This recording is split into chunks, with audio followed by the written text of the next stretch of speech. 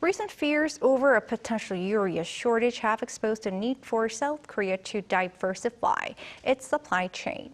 Our economics correspondent Lee Soo-jin joins me in the studio to take a look at what's causing the problem and what's being done to manage the supply chain issue. Good to see you, Soo-jin. Thank you. Good to be here. Tell us what's going on with the urea shortage? Sure. So the South Korean government confirmed early December that China has halted urea exports to South Korea. And this has led to a wave of concerns over a potential repeat of the urea shortage crisis in 2021, which caused nationwide logistic disruptions. Urea is a key raw material because it's mixed with water to create diesel exhaust fluid, a urea solution that's essential for diesel vehicles. Those purchased after 2015 are installed with a system that doesn't allow them to start when they run out of DEF, as it's used to control harmful vehicle emissions. Urea is also used in agricultural fertilizer. Although urea fertilizers are less of a concern, as only around 22% of urea fertilizers came from China this year, compared to a whopping 91% of urea for vehicles and industrial use. Soo-jin, how does this situation compare to the urea shortage crisis in 2021? Well, first of all, the circumstances surrounding these urea halts are different. In 2021, China halted urea exports amid a trade row with Australia, but this time it's from China experiencing a surge in domestic prices due to increased demand from nations like India, and as a result, the export controls might not be long-lasting. India, which previously relied on shipments from the Middle East, had to turn to China as Europe also began exporting urea from the Middle East after experiencing disruptions due to the world's biggest urea exporter, Russia's war with Ukraine.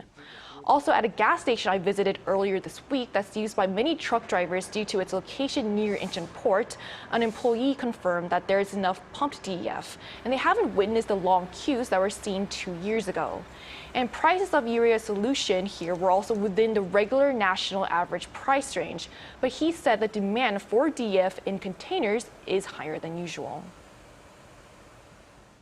The DEF in containers does get sold out almost as soon as it comes in. It's actually sold out today, but we're not experiencing any dramatic delays in orders. Why is it important for South Korea to diversify its supply chain? While the situation doesn't seem as serious as it was in 2021, it's still really important for South Korea to diversify its supply chain, as China has moved to restrict exports of other key raw materials as well. Beijing said last week that it's also tightening export controls over ammonium phosphate, 95% of which comes from China.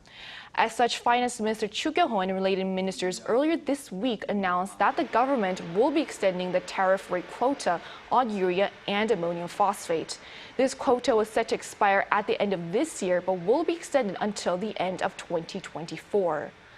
The government also plans to establish a pan-governmental supply chain management committee by June next year that will oversee the creation of supply chain policies. The committee will also decide which items should be designated as essential economic goods and come up with ways to stabilize supply chain risks.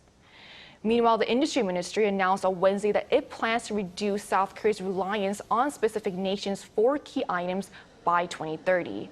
This will be done through achieving self-sufficiency, diversifying import sources, and stockpiling raw material inventories. This includes investing in the building of production facilities and cutting shipping fees for businesses importing from countries other than China. One expert says that policies based on providing financial incentives will likely prove to be the most effective. Let's take a listen.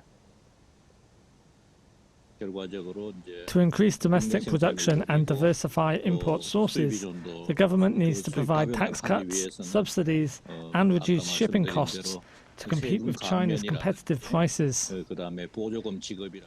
So while it may take time for these policies to prove effective in actually diversifying South Korea's supply chain, they will hopefully be a step forward in preventing not just another shortage crisis with just urea, but with other key raw materials as well. Thank you for your report today, Soo-jin. Thanks for having me.